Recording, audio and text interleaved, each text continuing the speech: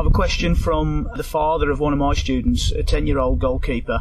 In your opinion, is there one thing above all others that might make a difference between success or failure at academy or early apprenticeship level? Is it purely natural ability, or can height, build, enthusiasm, athleticism, or even attitude make a big difference? I think that depending upon what age they join, the one big issue that I have is that there's not enough fun still involved. It should be enjoyable. When they join at 8s, if they're going at 8s, 9s and 10s, for me it's about enjoying the environment that they're in. Seeing if they want to be goalkeepers. You know, we've got a lot of stories of people that played in goal from when they were 9, or they played in goal like Edwin didn't start till he was 14. David De Gea only ever wanted to be a goalkeeper. So you have to say, when they join these academies, I think in the early stages, I think the importance of enjoyment, and that's really down to the coaches, creating the correct environment. Inevitably, as you go through that system and you start to get to the 15, 16 years of age, which is when decisions are made whether they'll be kept on, I think you're looking at a different criteria then. And unfortunately, you would have to say height does come into it. You've got responsibilities now as a goalkeeper. Yes, your prime objective is to keep the ball out of the net, but they've got to be part of the team. They've got to be able to communicate, be a coach on the field, distribute the ball.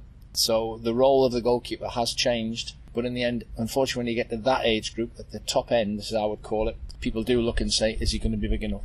I always say to goalkeepers, are you going to be good enough? And that brings them into different territories. So you've got to be able to recognise what individual goalkeepers have got, and depending upon the environment, that's the skill of the coach.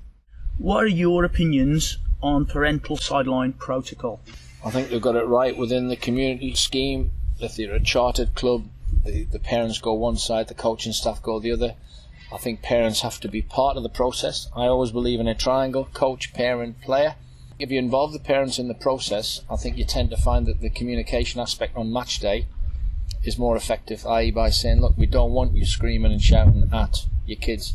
Encourage, by all means. Have the odd positive thought, have the odd positive word, but we want to try and say, look, you've got to let the kids play. That the balance has to be struck. If you actually ask the player in front of the parent and the coach what you don't want, I think that's normally a very good answer. The kids don't want to hear a lot of noise, background, etc. If you've not worked the kids and enjoyed working with them and coached them and not done enough, there's something wrong with the coach. Same as the parent. You've brought them in the car, you pick them up, you'll drop them off. You've done your job. Now let the kid go and play. And that really is the message I always try to get across. So with that in mind, what's the single best piece of advice you could give to a young keeper just starting out? Enjoy being in goal.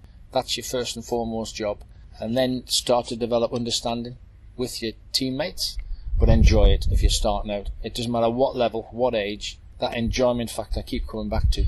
You only enjoy in a good learning environment. So choosing the club, you don't want to join a club that's going to mean a 40-mile round trip for dad. If you can get a local club, and then, like I say, go along and enjoy. That is the paramount for me.